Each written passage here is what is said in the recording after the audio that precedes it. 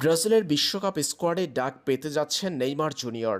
এমন সম্ভাবনার কথা এবার উঠে এলো ব্রাজিলের সংবাদ মাধ্যমে। কথায় আছে কারো পৌষ মাস কারো সর্বনাশ। এই প্রবাদটি যেন নেইমারের বিশ্বকাপ দলের সুযোগ পাওয়ার সাথে শতভাগ মিলে যাচ্ছে।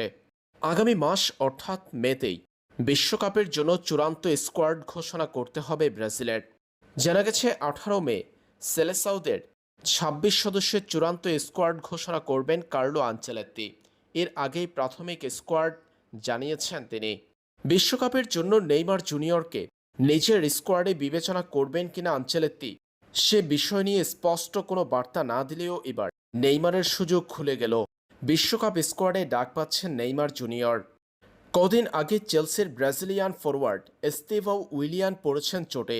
হ্যামস্ট্রিংয়ের চোটের কারণে বিশ্বকাপে তার খেলা নিয়ে শঙ্কা তৈরি হয়েছে জোরালোভাবে।